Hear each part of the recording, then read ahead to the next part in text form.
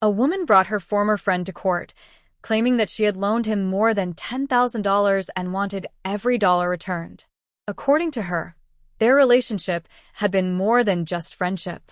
They had dated for a period of time, and because she trusted him, she had repeatedly helped him financially when he needed it. The man saw things very differently.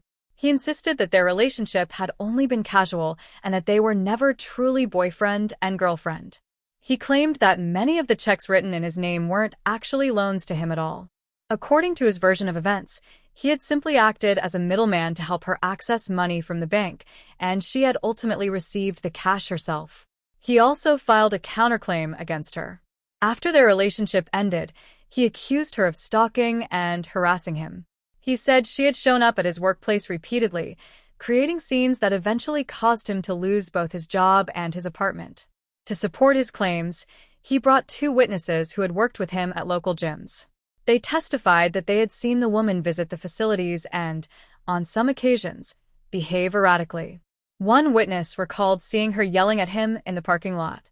But Judge Judy quickly focused on the lack of direct evidence. If he was claiming that her actions had caused him to lose his job, then the person who fired him needed to be present in court. Although he had brought a letter from the gym owner, Judge Judy refused to consider it.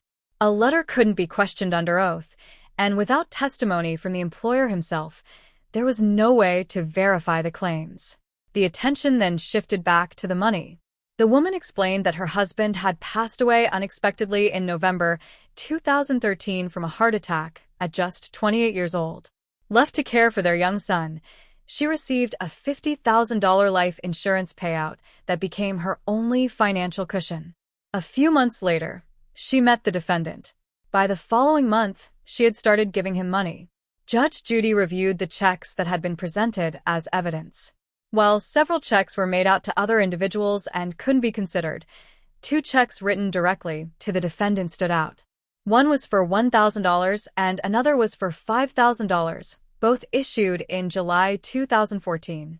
When questioned about the first check, the defendant admitted that the woman had helped him pay some of his bills and that the money had, in fact, been a loan. He insisted, however, that he had repaid what he owed. Judge Judy then asked for proof.